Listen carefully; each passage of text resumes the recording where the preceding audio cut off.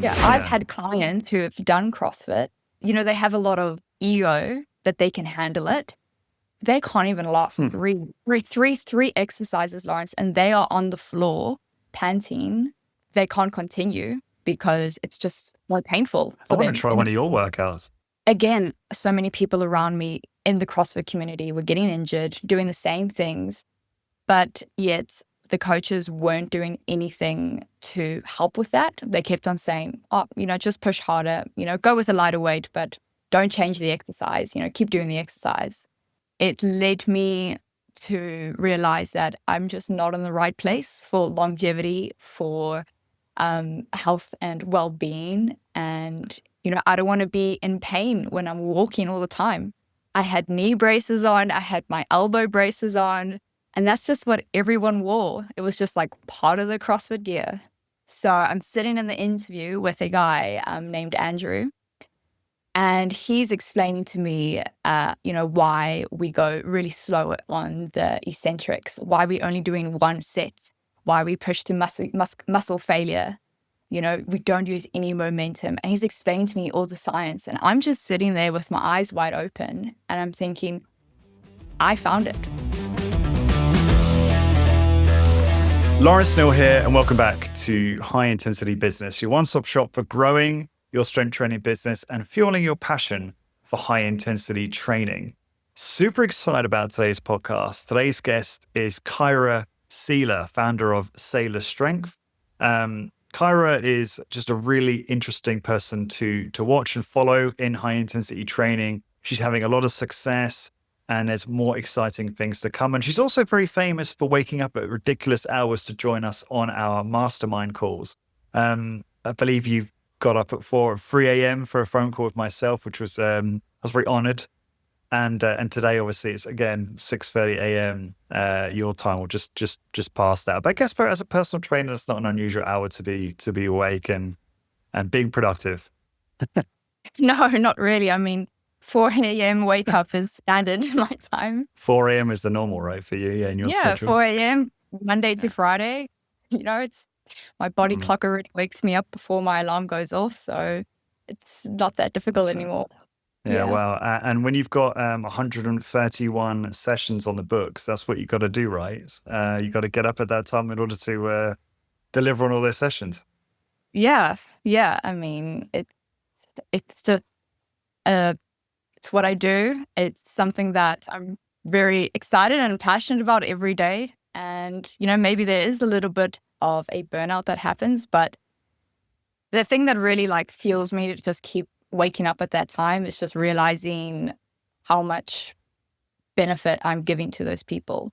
Those 131 sessions. That's really what gets me out of bed at 4 a.m. in the morning.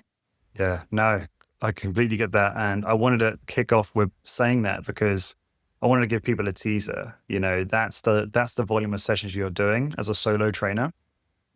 Excuse me. And it's very impressive. And obviously I've seen you grow to that level and paid attention and seen what you're doing. And whenever you post inside High Intensity Business about, how you're getting customers or what you're doing or what your principles are around, delivering great workouts and what's led you to retaining your customers and getting referrals, I'm always really interested in what you have to say around that stuff. So excited to go deeper, but go all the way back to the beginning. So tell us where you grew up. Where were you? Because you're in obviously New Zealand, but tell us exactly where you were born and where you grew up. Yeah, so I'm South African originally. Grew up I did not know that. Cape Town. Yeah. Cape Town, and so immigrated to New Zealand in 2020. No, 2000. Oh my gosh, my brain's not working this early. You're right. 2002. You were trying to say 2016. Oh, 16. Oh, okay. Yeah, okay. 2016.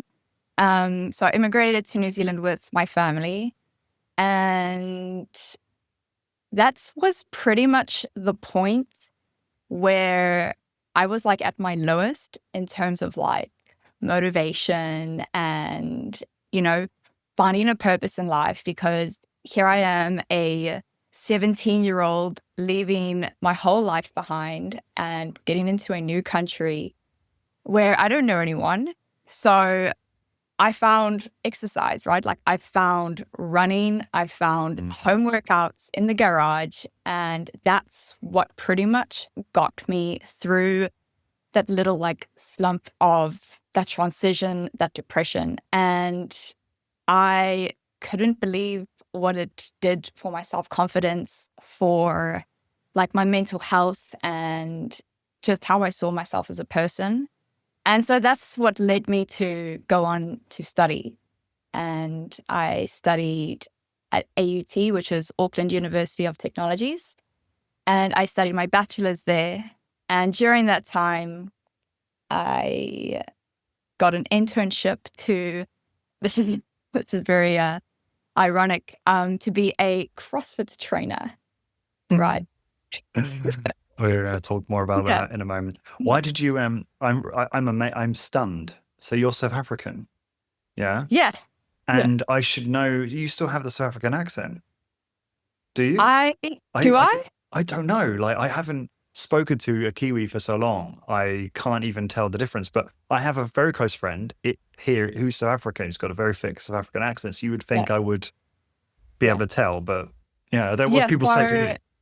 I don't speak Afrikaans. Okay. So that's why my accent's not that thick. Like it's more of like an English accent. And it's just because my parents thought Afrikaans was a dying language, unfortunately. So they didn't teach me at all. I mean, yes, I got taught in school, but back then I wasn't the best at school. So I didn't really follow through with it. And why did they leave? Why did they immigrate? Oh, well, for various reasons, mostly because of the political climate at the time. But this is something that not many people know, but I was actually held up at gunpoint in South Africa. Oh my God. Wow. Yes.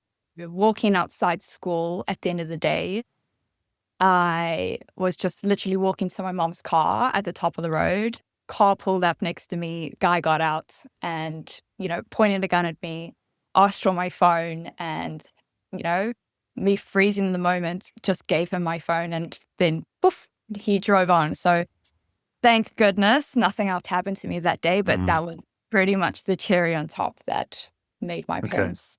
So crime was a problem. It still is a problem, right? And Cape Town Still is a specifically? problem. Yeah. Sorry? In Cape Town, is it bad there? Because I know Johannesburg is normally seen as being, or has a reputation for that, but Yeah, so Johannesburg is worse than Cape Town, but nowadays they're pretty much similar. Okay. Unfortunately. Yeah. I've heard so many stories like this from South Africans, and it's scary. So I get it. Wow. Well, I'm glad that ended okay for you in the end. So there you go. I mean, that's pretty dark, but Yeah. I'm very open about it. So it gave me a lot of, I think, mental strength, just that situation, and I think that's also why I'm quite tough, I've like built up a little wall around me. Okay. Yeah. I like it. Nice. So so kind of worked out well for you. So so then so I'm looking at the dates. You come to New Zealand in 2016. Is that when because you got in your LinkedIn, you're working as a merchandiser in like a food store, right? So was that just, you just came here, you just needed work, you needed a part-time job or something like that, basically? Yeah. Well, I was at school and parents didn't give me any like pocket money. So I was like, okay, well, I've got to find a job now. So here I am, 17 years old, working in a supermarket, just packing food on the shelves. Yeah. And that was probably really good for you, I suspect, right? As well. Oh, yeah. Because I'm actually quite introverted myself. Mm-hmm. So being in that environment where I had to interact with people and ask them, how's your day going? That definitely opened up my shell a little bit. Okay. Yeah. I mean, it's not many people probably know this, not that it's that interesting, but I had a very similar background. So from same as you, when I hit 16, mom was like, no more allowance, no more pocket money. You go and get a job right now. Right. So I did supermarkets. Iceland, I don't even know that brand. I worked at Iceland supermarkets. Sainsbury's, Tesco's. These are like well-known, I guess, some international Europe, but definitely like throughout Europe, Yeah. And I did tons of that type of stuff. The shelf stacking, tills. For me, it was a lot of it was kind of motivating to think, wow, I need to like sort my life out so that I don't have to do this for the rest of my life. And it makes you quite, yeah, just kind of makes you kind of, I don't know, more. Well, for me, it was, yeah, it just gave me that motivation. So I was wondering if you had the same kind of experience or similar. I have to think about what at the time what was going through my mind. I mean, it was very boring, spending 8 hours a day. Well, I was actually in the we call it like a pick and mix here in New Zealand, where like you take like the little scooper in the nuts and like the dried fruit. Yeah, so I was filling that up every day and then like cleaning those. And it was just rinse and repeat, rinse and repeat. And I was working in like this little little nook in the back freezer where they keep all the produce. That was like really cold all day long and like packing these products. And I don't remember like why I wanted to leave, but I was definitely just like I wasn't feeling like I was finding value in that job. Like yes, it was paying me like well, but I wasn't finding that I was making any difference doing it. Right. And like I love like talking to people eventually and like, telling them this is the best product for you. These are the benefits from having this product. But yeah, I think after that, I then went on, I think it was to become a lifeguard. Is that That's right? Did right. you get? Yeah. I'm Yeah. looking at it right now. Yeah. That's Yeah. right. Why? I think because I really have a passion for swimming. Like I love swimming. I was a big swimmer back in South Africa. So being a lifeguard sort of made sense. So there I am, but it's an indoor lifeguard. So I'm not out in the sunshine all day long. I'm inside. And again, another opportunity for me to get outside my shell, Mhm. talking with people. Mhm. And yeah, I just wasn't happy in that environment either. Yeah. And you were studying at this time, you were getting a bachelor's all the while, right? Basically, Yeah. because you knew you wanted to do something in exercise, something I, related. yeah, Yeah. I wasn't quite sure what it was yet, but definitely something. I thought I wanted to be like a high performance coach at the time Okay. or a sports psychologist. Okay. I, yeah, yeah. And You said you then didn't do well at school. Did you do well at school in the end? Like, I I, mean, I it's did go ahead. I did well in 3 subjects at school. So Okay. biology, arts, and consumer studies, which is like hospitality. Okay. Right. So you obviously got enough to get into whatever to do the exercise degree at the university at the AUT, right? Yeah. And then Yeah. I'm guessing you crushed that because that's actually something you're really passionate about. Yeah. Like I really enjoyed my 3 years in my Mm. bachelor's degree. I was so inspired and motivated by everything that I got taught, whether it's like the physiology side or the practical side, or even like the psychology side. I was just like, oh my gosh, the human body is so complicated, but also Mm. so incredibly amazing at what lifting a weight can do for you. And you have a master's too, right? Yes. So And I you're doing went your up. PhD. Go ahead. Yes. Yeah. So I did the bachelor's degree and then I had a year off. And I didn't actually plan on doing my master's at all. Mm. I was going to stop there and then go on into whatever career I was going to do. But during my time at BodyTech, they inspired me to do my master's. Okay. And so you did that and you're doing or thinking about doing a PhD at some point. Is that, I know Yeah. that might have all changed given what we're about to talk about later, but Yeah. tell me about your thoughts there. Yeah. I I love research and like I really enjoy studying and learning and I do want to do a PhD, but at the moment in time it's probably not going to happen Yeah. because it's a lot of time, right? It's like 6 years to finish a PhD. Is it? I didn't even know that's that long. Like that's just the average time. It could be shorter, could be longer. I think it just depends on your research project that you're doing. Okay. But a part of me thinks that I will definitely still do a PhD. But I think at the moment, there's just not that time available to do it. Dr. Seiler. Yeah. Cecilia, yeah. Fair enough. Fair enough. Priorities have to be managed. Very interesting. Okay. So then somewhere along the way, you graduate, I assume, and then you become a CrossFit coach. Everyone has just deleted the podcast that mentioned. No, I'm kidding. Tell us Yeah. about what happened, that whole part of your journey. Yeah. How you discovered that and got into that. Yeah. So I internship at CrossFit through my university because we have to do these placements in order to graduate. And my stepdad was doing CrossFit at the time, and he was just talking to his coach about me, looking for a placement. And the coach was like, "Oh, she can come and intern here." So I went to a class, I did a class, me back then was like, "Oh my gosh, this is the hardest workout I've ever done. I love it so much." And so then I had a chat to the coach, and I was a CrossFit trainer for 2 years. Yeah. Yeah. Yeah. Keep going. Yeah. And training, I was doing CrossFit twice a day for probably 6 days a week. So you're probably looking at 14 to 16 hours of like working out. And I was just so like disappointed, and I was frustrated that I wasn't getting the results that I wanted. Like I wanted to get big and I wanted to get like really like muscular, right? And you look at all the CrossFit athletes and like the women have like these big, strong biceps and you look at their thighs and I'm like, I just want thighs like them.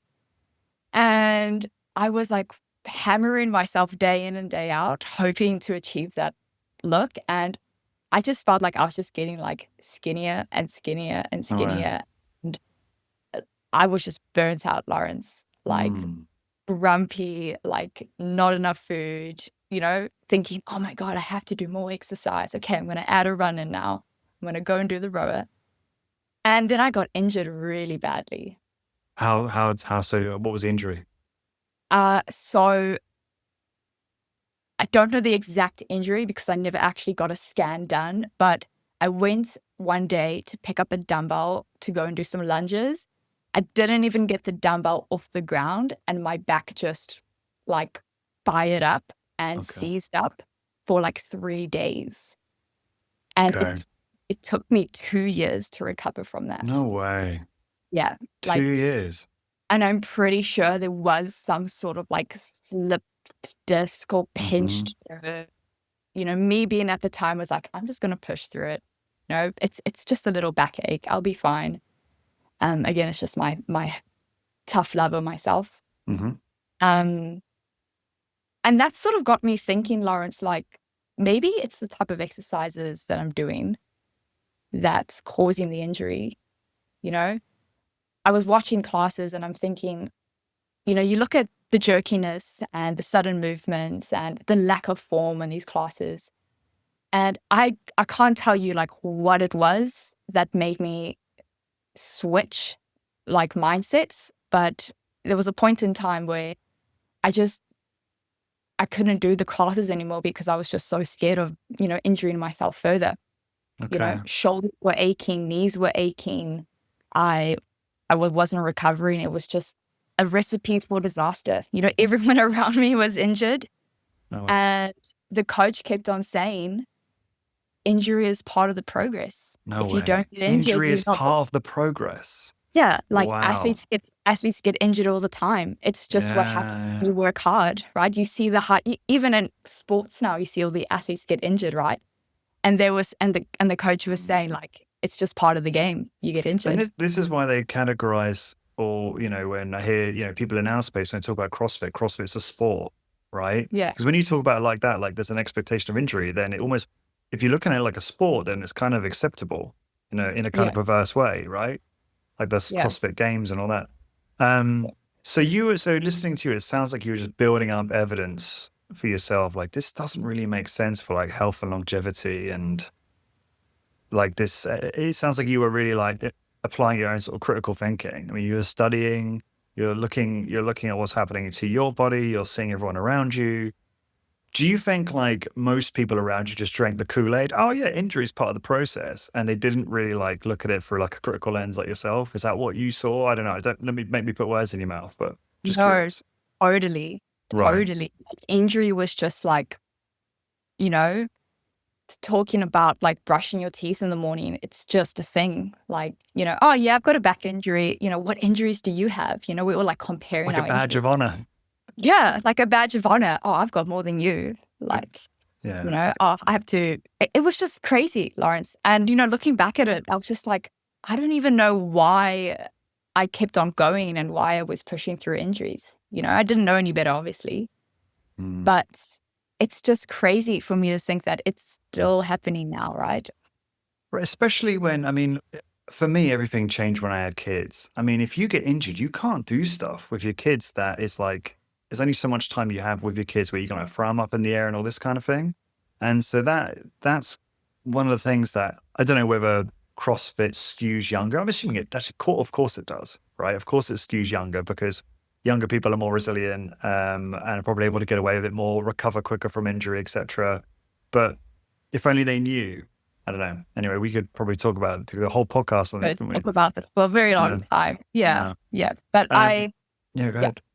So I really enjoyed like the intensity of the CrossFit classes. And I think that's what Mm. kept me going. It's just like, oh my word, I'm working so hard. My heart rate's high. I love that feeling of endorphins from it. But yeah, there was that injury side, and the injury side just kept on winning every week, every month, right? And yeah, that's just what, put the cherry on top of the cake. And I went on looking for another job. Before we get there, when did it click for you? Or maybe you all knew this all along, but maybe you just chose to ignore it. I don't know. You were seeing these other women who were kind of like your ideal. They were very muscular, and you were like, I want to be muscular like them. Obviously, it's a selection bias, right? Hmm. Like they are going to look like that almost regardless of what they do, and it just happens they select CrossFit probably because they excel at it, right? Were you kind of, because you know that, but were you aware of that the whole time, or like tell me, No, or did you not learn that later? Yeah. learned that late. I had no idea about the genetic influence Okay. and how you're born with a certain set of genes. Like during those 2 years, I was not aware of that at all. Okay. Like I I don't really remember learning about that at university. I mean, we might have, but at the top of my head right now, I don't remember. It's so fundamental, isn't it? Yeah, it is. It's crazy. So I'm Yeah. thinking, okay, like, why aren't my biceps getting bigger? I should be looking like this girl right now, but they're not.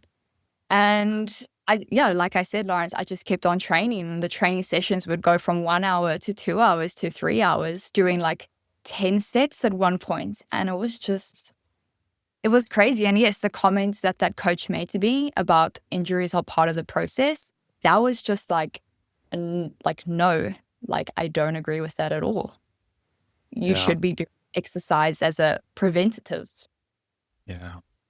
for injuries. When you look back, what do you think? I mean, this is a weird question because obviously you are getting, well, I don't know. I've never done a CrossFit WOD, so I can't really comment. But what is more intense? A proper hit session like that? Think of the hardest hit session you've done versus a CrossFit WOD. Like, what is more intense? Oh, hit session. Right. Like, I get anxious before I do a hits workout. Like, Right. I get really anxious because I know it's gonna suck. Like, I'm gonna be in a lot of like muscular discomfort. And my heart rate gets up to 160 when I'm doing a strength training workout, right? Hmm. Hmm. I mean, CrossFit, yeah, it's intense, but you're not pushing your muscles to failure like you are in a hit workout. You are probably only going to like 70%. But I think what was intense about it was just like the volume, right? Right. Right. Oh, Like, over a long period of time, you mean, or not in a one session kind of thing? well, probably in the one session, you'll do Okay. like a Okay. 100-meter sprints up the road or sprints on the rower. And Yeah. then and lift this 50-kilo, barbell over your head and then do squats with it.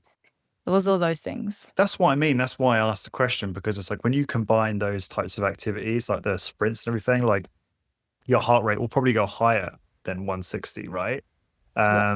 And you're doing the weight training. I get it's not too true muscular failure, but when you accrue that much volume, you're probably getting close to it, I assume, by the end of the WOD. So that's why I Yeah. thought it might be comparable, and why I kind of try and understand like what draws so many people to it, you know? Because I wonder if you took all those CrossFit people, put them through a HIIT workout, whether they would be like, they'd see the light and be like, oh my God, this, not only does this make sense on so many other levels, but it's like actually more brutal, more intense. They'd be More drawn to brutal. that. Yeah. I've had clients who have done CrossFit and they're coming from a CrossFit background and they, they have a lot of, I want to use the word ego, that they can handle it. They can't even last three exercises, Lawrence, and they are on the floor panting, saying like, they can't continue because it's just more painful I for want them. to try one of your workouts. And, I believe them because I was in their shoes. I was doing CrossFit. I'm thinking, I can work really hard. And then I remember my first HIIT workout and I was like, what the hell just happened to me?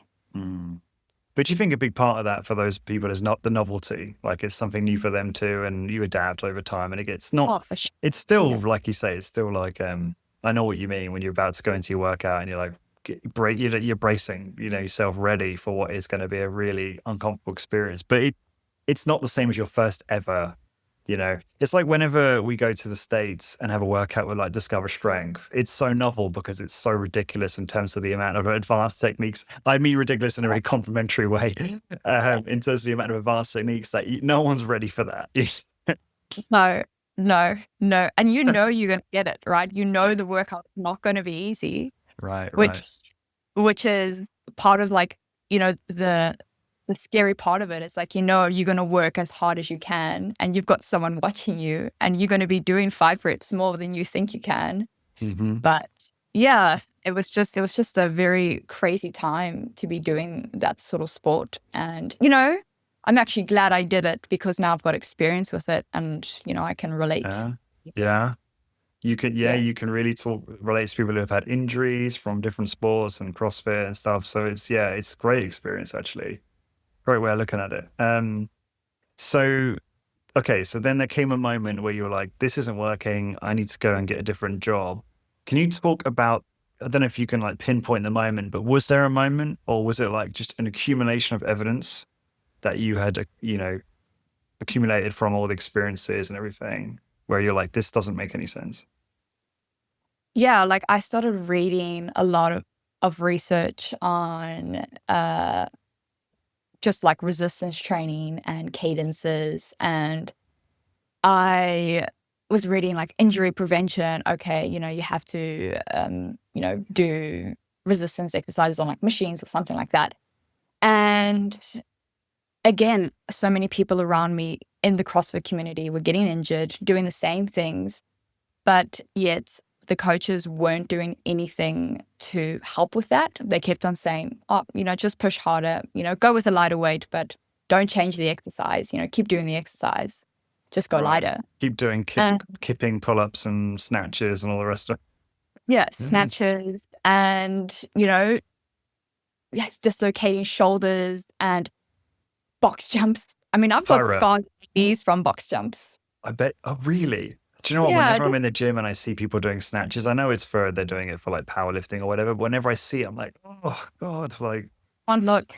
I can't, because it just looks so unnatural. Like, oh my God. Like, hey, look, if for the people that are doing snatches, if you're doing it for some specific goal, powerlifting, all the power to you. If you think you need to do that for strength and quality of life and longevity, stop. Because you don't. Yeah. But anyway, ran over. Yeah. I mean, yeah. I was going to say something else, but it'll be completely off topic. Anyway. we go off topic sometimes, Kyra. It's okay. No, this will be way off topic. But anyway, so the cherry on top was just the injuries and there was no support with injuries and the coaches weren't doing anything to modify any of the exercises. So I don't remember the exact thing in my mind that really led me to quit CrossFit, but definitely it was just injuries everywhere. So you went more towards the literature than books and stuff. You went straight to the science, did you? Well, yeah, I just, went on Google and I just started searching. I don't remember what I started searching, Yeah, but it led me to realize that I'm just not in the right place for longevity, for health and well-being. And, I don't want to be in pain when I'm walking all the time. Like I had, knee braces. sure. I was wearing those every single CrossFit session. I had knee braces on, I had my elbow braces on, and that's just what everyone wore. It was just like part of the CrossFit gear. So, That's yeah. crazy. Wow. Okay, so then you had enough. You left. Did you find a role with how did BodyTech come about? Some people will recognize that name. Yeah, go ahead. Yeah, yeah. So I was just looking on Seek, which is a website where you can find jobs, and just typing in personal training jobs or fitness training jobs. And I actually just applied to a whole bunch, and Wow. BodyTech reached out to me saying, "Hey, we'd love to, do an interview with you."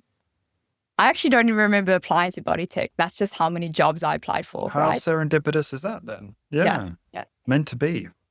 But I vividly remember my first interview, and it was life changing because so BodyTech, for those who don't know, Mhm. specialize in high intensity resistance training, which is what we do, Lawrence, right? That is And correct. I didn't even know it existed. I didn't even know it was on the planet. So I'm sitting in the interview with a guy named Andrew, and he's explaining to me, why we go really slow on the eccentrics, why we're only doing one set, why we push to muscle failure. We don't use any momentum. And he's explaining to me all the science. And I'm just sitting there with my eyes wide open and I'm thinking, I found it. Wow.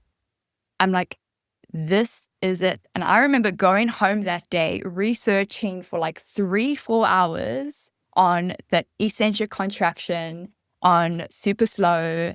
I went and bought uh, Gary Bannister's book called Yeah. "If You Like Exercise." What if you Yeah, like if you like exercise? exercise, The you're doing it chances wrong. are, I haven't actually read it, so I'm probably getting that wrong, but it's something like that. yeah. And Yeah. I read that book in like a day, No way. and I got I got hooked. I got so obsessed because it all made sense. And I was like, this is what I was trying to find. This is what I'm looking for. And I remember that first workout that I got put through, it just like my body felt good. I was challenged in a way that I've never been challenged before. And I was sore for probably like a week and a half from it. But I was I was like, this is what I need to be doing. So the book, if you like exercise, chances are you are doing it wrong. Proper strength training for maximum results. Arthur Jones on the cover. Obviously, Gary Bannister, the author. I must read that. My listeners are probably like, "What, Lawrence? You have not read that book?" Like, it's a quintessential high intensity training book. So, gonna get it Yeah. done. Um, this is so interesting. So, when you were in the interview with Andrew, great guy by the way, Andrew Jeffries, I think that's Andrew his last name. Jeffrey. Yeah, Yeah. who still operates well, let me see, Strength Training Studio is the name of his business, right? In New Yes. Zealand. And met you both obviously at Rec a couple of years ago. And when you were having the interview with him and he was going through all these things, so was it more like click, click, click? There wasn't any like cognitive dissonance, like throughout that conversation? Were you challenging him and then he was like, oh no, it's this way, Kyra? And you're like, oh, I get it. Or is it just like, no, this totally aligns with what I've been Yeah. kind of thinking? Lawrence, it was just like totally like click for me. He Yeah. was just writing and drawing pictures on a piece of paper and explaining to me, like, he was drawing graphs. Like, I don't remember exactly what it was, but I was just asking him a whole bunch of questions, like, tell me more, like, what do you mean by this? Like, I was just so flabbergasted by everything. And I just didn't stop reading. about the eccentrics, about, training hard to failure. And wait, what? I don't have to do 10 sets. All I need is one set and push myself as hard as I can. I had found it, like I found like what I wanted to do for the rest of my life. Like, I don't know how to explain it, but I just felt really excited about it all. What then started happening for you in terms of your results when you started feeling this Oh great? my word, Lawrence, my body just transformed. Like, it was probably, so I started working there in, I think it was June 2021, right? And 6 months later, I don't even know how to explain it, but I had muscle, I had lost some body fat, I was getting stronger, like my weights were finally going up for once. My sleep improved, I had no injuries, I had a lot of energy, and Did all your pain go away? Like all your knee pain, like yeah, back pain? no more back pain, no more shoulder pain, but I did have still a little bit of knee pain, but I think that was just already physical damage. And I still have it today. I think I've just physically damaged my knee from CrossFit, is it? I don't know if it is from CrossFit or if it's just how my body is made, maybe because I think one of my legs is longer than the other. So I do think I'm a little bit prone. And is it with women with the hips, there's more pressure on the knees? Am I getting that? Do you know what I mean? I don't really know this that well. With Yeah. the female anatomy, like there's just more kind of, the knees are more susceptible to injury. Is that correct? Yeah. My But listeners like will follow me. I'm also hypermobile myself Okay. in my knees and in my elbows. So I think I just have really like lax tendons and ligaments. And I was running quite a lot and, doing a lot of explosive movements with CrossFit and then running a lot. It just really, I'm probably going to have to get a knee replacement when I'm 60 or something like that. Okay. But Okay. yeah. But otherwise, fantastic results from HIIT, which was even more kind of like, Yeah. evidence for you to realize this is really good stuff. Yeah. Like Yeah. really great stuff. And I just couldn't get enough of it. I couldn't understand why 2 workouts a week of 25 minutes on average were producing this sort of results. And I just kept on telling everybody about it. I had my CrossFit friends, I would talk to them about it, but they weren't interested. Wow. But they could see you getting better results, and they didn't kind of think, oh, maybe. No, like to this day, still none of them have tried to work. And was it hard for you going from like 14, or what was it, 12 sessions a week to like 2 sessions a week? Yeah, I think I struggled a lot with that mentally. I was thinking, okay, well, I can only do 2 strength sessions, so then I'll just do cardio for the rest of the other days. So I was doing strength training twice a week, and then I ended up like running or doing like a bike ride 4, 5 other days. But I then had conversations with various staff members in BodyTech, and they explained to me, why, cardio is great, but you don't need to be doing it all the time if you're not training, for like a marathon or for like some hard event. And so then I took back the load of cardio that I was doing to 2 days a week. And again, my results just got better from that. Grew more muscle, had more energy, dropped body fat because I was putting less stress on my body, less stress on my central nervous system. I was actually allowing my body to recover and not hammering it all the time. Yeah. So I definitely did struggle reducing the intensity in the initial stage. Well, not the intensity, sorry, the volume. So I'm so used to training Monday all the way through like Sunday morning. But now I'm training like Monday half an hour, Thursday half an hour, and then like a run occasionally. So I was like, oh my gosh, what am I going to do? But yeah, game changer. And I'm still doing that today. What's your fitness regime look like now? Like, yeah. So at the moment, I do my resistance training on a Wednesday and a Saturday, and then I run on either a Friday or a Sunday, and that is it. Now, how do you feel about the whole, because ongoing debate in HIIT, right, about whether we need to be doing aerobic activity. Do you feel like it's really important to be doing it in addition? Do you feel the science kind of, I mean, there is a lot of science to support that we should be doing both, but, you No. know, Yeah. well, I'm curious what you think. Um, I would say if you are doing true high intensity strength training, so you're really trying to like limit your rests between the machines, you're getting your heart rate elevated and you're getting that cardiovascular benefit from it. You don't need to be doing cardio outside of the strength training sessions. But if you want to do cardio outside, go for it, Mhm. right? It's all personal differences. The reason why I do it, it's just because it helps with my stress levels. It helps with my brain fog. It helps me clear my head. So that's why I personally do, a 5K run or sprints on the bike. It just makes me feel better, during the day. Okay. Um, but for the average person who's coming to see me and they're asking, oh, should I be doing cardio? And, they're really busy. They've got 3 kids at home. They're working full time. They barely have the time to come in and see me twice a week. I'll explain to them that you don't really need to be doing another half an hour or 40-minute cardio session. As long as we're working as hard as you can in the session, you will get the results. Right. Nicely put. So at the moment you'll do, so yourself, 2 strength training sessions, 2 runs. That's the program, basically. Yeah, Ish. at the moment, it's more just two strength training sessions. It's been pretty bleak weather in New Zealand at the moment. So Not to mention you've got a cram schedule.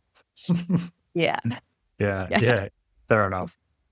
So, so we're at BodyTech, you're learning your craft, you're learning about this whole new way of training. You're just soaking it all up, right? Talk us through that. And then obviously COVID happens, right? And then it's based on what I read on LinkedIn, it looks like you just went totally virtual with training. No, so Okay. we didn't. Also, a few trainers did go virtual, but at the time, so when you join BodyTech, you don't go straight to being a personal trainer. They actually take you through what they call like modules. So you complete like module 1 and then you go through module 2, which is great because they treat everybody as if they don't know anything about exercise. Whether That's you have a interesting. bachelor's degree like myself or you're coming from some other career, which is fantastic. So everyone's on the same page. Mm. So at the time, I was still completing my module 1. I hadn't graduated to personal training yet. So I was just sitting at home doing my own research, reading during COVID, and the other trainers were doing their virtual sessions. And we were in lockdown, I think it was 3 months. So August, September. No. It was, yeah, August, September. And then we opened up a little bit and then we closed down again. And then we reopened just before Christmas. Mhm. And yeah, it was weird because no one was in the gym. It was really quiet.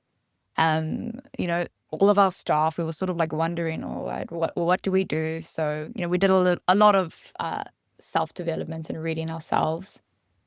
And yeah, unfortunately, BodyTech closed February 2022, Okay. Yeah, which was a really sad day for a lot of people. yeah, bet it was. No, sorry to hear that. Okay, so yeah, I mean, just it sounds like the lockdown schedule was very similar to Ireland, quite draconian. Felt like it was similar here, to be honest. Okay, so you leave BodyTech, then how do you then? Okay, so you then I had to hear you were a strength and conditioning intern for hockey team, right? How did Yeah. that go? Can you talk about that?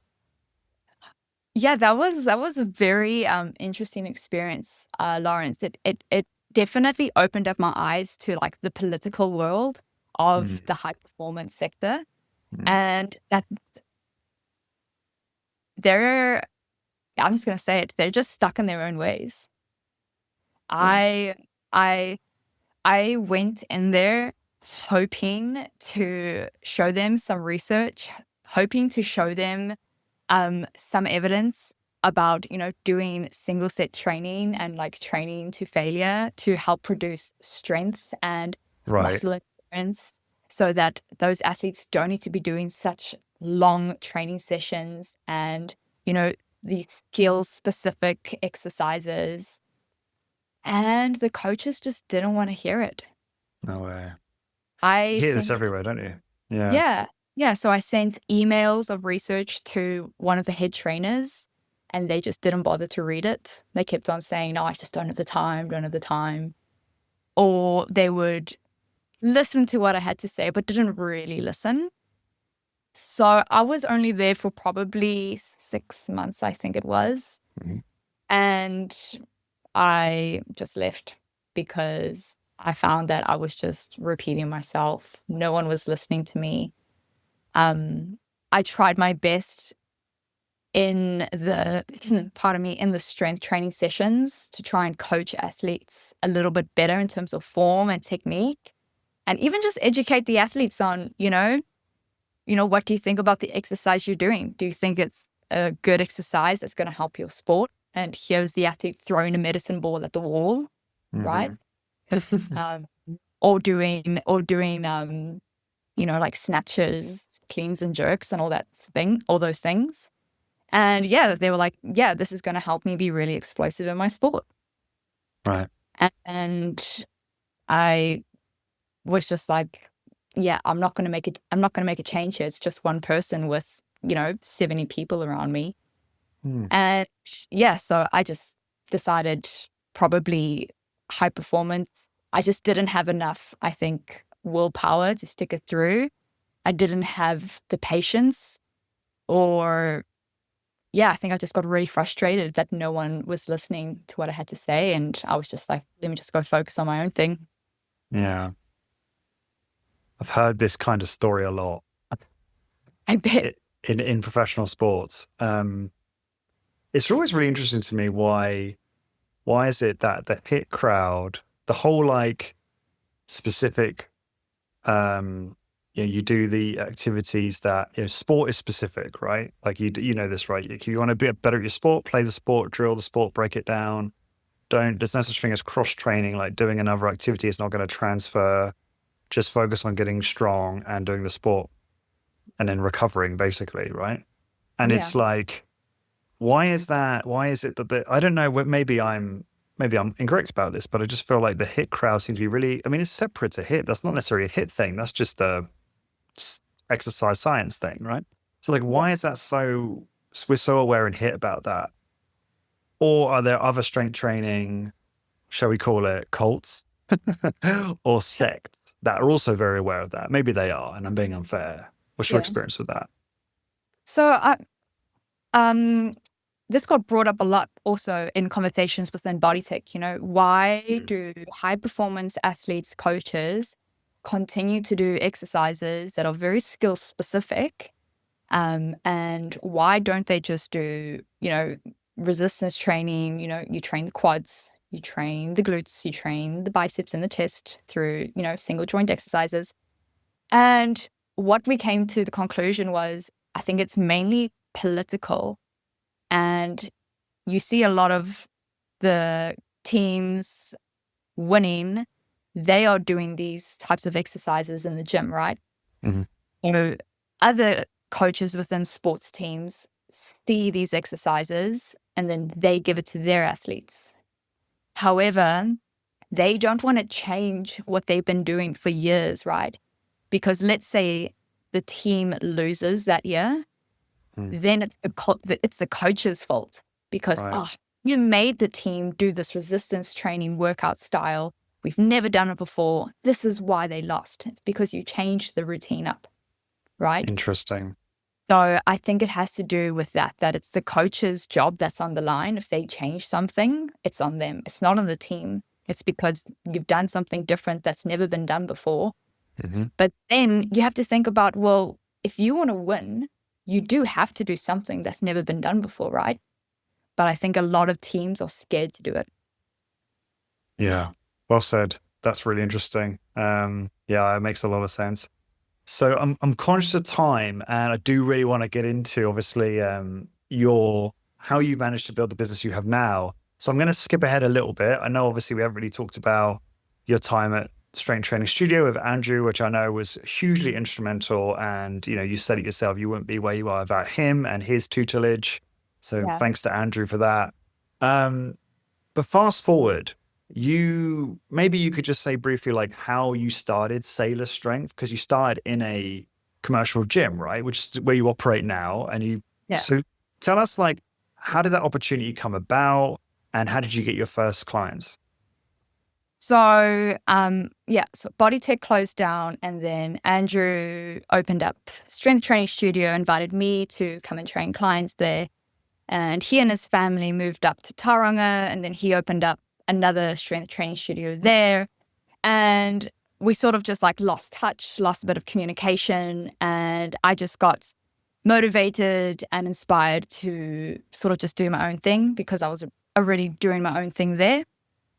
And yeah, I built a brand now. I'm building a business. Salus Strength is like a Greek term for it represents like health and prosperity. And that's sort of like what I see strength training to be is you are increasing your health, you're increasing your body long term for longevity. Um, so when I left strength training studio, a lot of clients followed me to where I am now. And I'm currently just a personal trainer working in a commercial gym.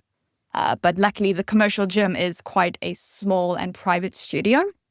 Mm. So it's not like a big gym where there's thousands of people. So it works well-ish for high intensity strength training because there's not that many people that we can do that sense of urgency between sets and exercises. So Um, you rarely have someone on a machine when you need to use a machine, that kind of thing. yeah. So luckily, touch wood, I don't need to be waiting around for the machines. I can, use it quite efficiently. Perfect. Yeah. Um, and yeah, does that And answer your totally. question? Yeah, no, it does. It does. Thank you for sort of bridging that gap, actually. So yeah, tell us about like how you grew the business. So a lot of my clients and my sessions are through referrals. I get referred to a lot for being the type of trainer that keeps you safe in exercises, that promotes really like slow training cadences. And I get, it's kind of funny. I get told that I make exercise fun, which is quite funny. But yeah, I would say I don't do any marketing on social media. I have a social media account, but I rarely use it for marketing. I normally use it for just educational purposes. I am very grateful. One of my clients is an author and she is a menopause expert. And she has written a book called This Changes Everything, which is a guide about menopause. And she mentioned me in the strength training chapter. So I got a few clients through that. Um, and I would say the number one thing that I have been really successful in is educating older individuals on the importance of strength training. Because a lot of older individuals don't actually realize how much strength they've lost, but also they don't realize that they can also gain that strength back. Mhm. Yeah. And they don't need to be doing, complicated exercises 5 days a week in the gym. Most of them only come once a week and they have seen really good results just from, doing one sets, 8 exercises. And they, yeah, tell all their friends about me. So Mhm. I would say that my niche is more actually the older population. Interesting. Okay. And is it where the facility is it located in a quite an affluent area? Is it easy for, you know, people who can afford personal training to get to the location? Yeah, it's a really good location. There's heaps of parking around the site. In the middle of the city, so people can come during their work hours, before work, after work. There's showers on site, so it's really accessible, easy to find, and like I haven't had anyone, say, complain about the facility. So yeah. Mhm. hmm Want to pull on a few threads there. You're known as the person who provides a safe workout. It's interesting to hear that. I mean, that makes sense. But like, what do you think it is about you and your approach that makes people say that in terms of like when they're referring you out? Yeah. So I'm very, very big on, if you feel any pain or discomfort, you stop like Okay. straight away. And I'm really big on communicating and finding different exercises that will, still help target that muscle that we're trying to target. And, we're doing a lot of isometrics, time static contractions, light weights, slow cadences. Um, so, yeah, clients would recommend me because I keep them safe. Their injuries are decreasing. They're not still getting injured, and they're increasing their range of motion, their mobility, and they just tell their friends about that. So it sounds like so because I guess there is a bit of a spectrum for how our colleagues might approach this. So if a client experiences any kind of pain, I assume you do a pretty good job educating them on the difference between pain and discomfort. Yeah. But if they Yeah. have any kind of pain, you have a protocol, you'll go through like, okay, well, we're going to try this exercise instead. Maybe you change the range of motion, different exercise. Maybe you omit the exercise completely. And I guess correct me if I'm getting any of this wrong. I'm just trying to like embellish for the audience. But because your audience skews older, this is probably really resonates, doesn't it? Because the older are going to Yeah. the safety is going to be going to resonate more. Yeah. I ask a lot of questions. Okay. Ask a lot of questions. What does the pain feel like? Is it burning? Is it aching? Is it just muscular discomfort? Or is it actually like in the joint? So we have a lot of back-to-back dialogue between me and the client, and that's how we sort of find a solution for them. In real time. Interesting. In real time. Do you feel they can distinguish the difference? Because I feel even myself, sometimes I struggle to distinguish that. Some can, some don't, and it definitely takes a few sessions for them to Got you. realize, actually, no, the pain is just muscle. Yeah. It's not joint or tendon Yeah. pain. Yeah. Yeah. It's maybe because I'm, so you're very young. I'm 38, and maybe it'll be much easier to make those distinctions as we get on. Yeah. So yeah, so this is interesting because I know, I've made the mistake of, when I was running Optima, this wasn't me, this was a different trainer, just a caveat.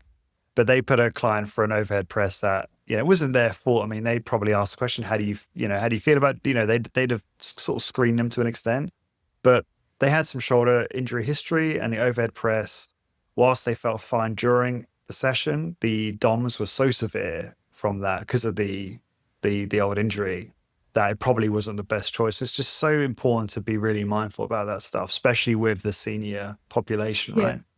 Yeah. Yeah. And we'll just have conversations, and I'll explain to them, let's say we're doing a leg extension and the client has knee pain. I'll explain to them, if you feel any pain or discomfort, you need to let me know, because if you don't let me know and you push through the pain, it's going to be worse and you're going to feel it the next day. So the second you feel anything, you have to tell me and we'll change the exercise completely. Or let's say, Lawrence, they do the knee extension, absolutely fine, no worries. And then I'll say to them afterward, okay, if you have any pain or discomfort the next day or the following day, make a note of it, and then we can go over it the next session you come in. Because some clients don't have any pain or discomfort during the session, but then they might the next day. And it sort of puts them at ease, because then they know their trainer is going to adjust their workout. They're not going to do the same exercise that's going to produce that pain again. I'm going to find a solution that will work best for them, because I have clients that don't do leg extension because every single time they have pain. So we just write it off and we do like a isometric seated, Pete, what's his name? Pete Surqua, he has like that magic knee exercise. I did not know this. Yeah. So I read that on your membership, and Okay. it's an exercise where you're sitting off the chair and you just extend your knee up and you just hold it. So no weights or anything. Okay. It's just body weight. And that's worked a lot for my He clients. posted this, did he? A long time ago. Yeah, I was Okay. searching on your membership Yeah. about knee pain exercises to do, and that came up, and it's a winner. So thank Oh, you, Pete, wow. and I Fair play, appreciate it. Pete. Yeah, yeah. Yeah. Can't do a podcast these days without Pete's name coming up in terms of just how much he's helped people. Um, that's cool. Okay. Um, I mean, just listening to you, I already know why you've been so successful, because you just care so much. You're so detailed in the way you're approaching your clients. You've got obviously a protocol, whether it's in your head or written down. I know these days you're becoming much more like systematized because of well, we could say it now, you're opening a studio, right? And you're going to grow a business with a team. So you need to obviously have these systems. The other thing I really like what you said was you're fun. Why do you think clients call you fun? I mean, you are I fun. was I'm not fun. The workouts are really difficult. But I find that I'm quite an adaptable person depending Okay. on the person in front of me. Mm. So depending on whether they're a very introverted woman or he's a CEO or, it's an older couple, I find that I can adapt myself to them and I can create a very personalized experience that they will enjoy and they will come back to. So I have clients that maybe I do need to be joking around with them because that's just what they need to get through their workout. And then I have some clients where I won't talk to them. I'll just coach them, like Mm. I'm a military soldier coaching them, being very strict with them. And Because that's what they want. That's what works for yeah, them. what Yeah. works for them is what's going to get them through their workout. And yeah, I've got some people that I need to be joking around with them because if I take it too seriously, they're going to feel uncomfortable and they're going to feel threatened. So I have to adapt to suit their personality. So when I say fun, I mean they just enjoy the workout experience and, they feel safe and they feel comfortable, to have me as a trainer and they trust me. Yeah, again, I see patterns being, you're like a chameleon, right? For your clients. And Doug Holland explained the exact same thing to me. And for those who don't know, Doug Holland does like 120 sessions a week, similar volume to yourself in Louisiana. And Yeah, he's, we're both crazy very, people. yeah, and he's very revered in our space and has really built a great life for himself and a great business. And he's just so likable and polarizing at the same time. And he explained to me how, he would be very chameleon like, and, he'd speak to some people like really quietly and then he'd be swearing at the next person. And it was like, he would change and shift. And so that's interesting to hear you say that. Because you have clients of such different needs, and it's just so true. The last thing I want to ask you before we wrap up here, Kyra, is about you mentioned about educating. Um, it's interesting because I remember in the membership you asked about client communication, which we can address at some point. Because I know we didn't. I don't think we addressed it on that particular post because we were talking about workout design. But how do you go about educating your clients? Is it all in session? Is there much communication between sessions? I know you said you don't do much social media. You've got some, but I know it's not something that's really got you clients because it's all referrals, right? Tell us more Yeah. about education, how you go about that. So I do a mix of education, education in session and education via emails or via texts. And it can be, so when I do my email marketing, it's just, this is the topic I'm going to be talking about and everybody gets that topic.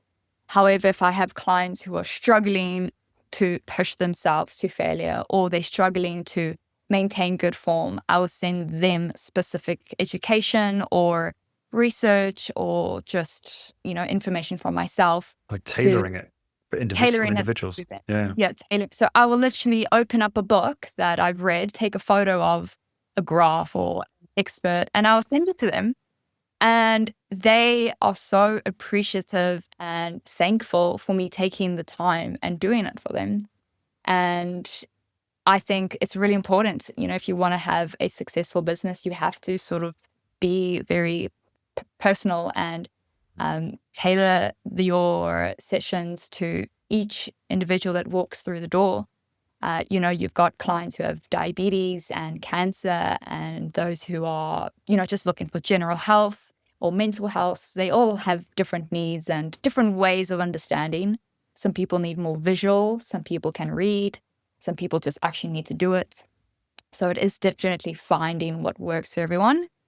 The thing with the email is not everyone reads their emails. So I do sort of have to have conversations with them in sessions saying, hey, did you read what I wrote about on Monday about Motifiber recruitment? Do you want me to talk to you about that? I wouldn't even ask them if they read it. I would just re-educate, just save yourself the time, because you know when they haven't probably. Like, yeah. But no, that's I mean, this should be really clear to listeners.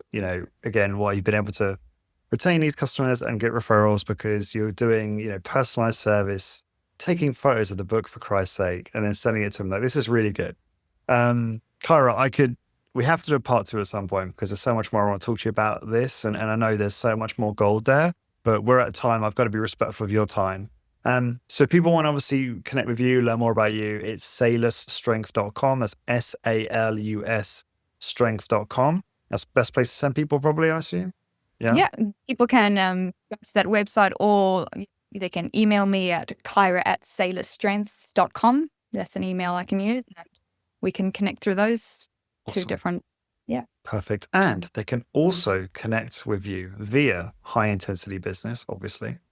And if you've obviously heard that being mentioned on this podcast, and if you are listening to this and you're looking to start or grow your strength training business, and you want community, courses, and calls to help you, please come and join us, school.com/HIB. You'll see a link on the screen, and there'll be a link wherever you're watching this. And there's also a free course we put together. It's a strategy course on how to work out your goals and your marketing. I think you might have been through it, Kyra, the EOS strategy course I did with Luke Carlson, which is good. I didn't just say that because I know you would react well, but no, it's so valuable. So valuable. Yeah. Right. And it's completely free, guys. If you want to go through that first and not ready to join HIB, then there'll be a link to that as well. It's called like the Hit Business Reset or something like that. Kyra, I'm really grateful for your time. I know it's very precious right now, given that you're about to travel to Europe and you've got all these sessions and you've got to plan the studio, just a lot going on. So it's awesome to have you on, and I appreciate it. Thank you for having me, Lawrence. Cool. And everyone else listening, thanks for tuning in. This is Lawrence of High Intensity Business, and we'll speak soon.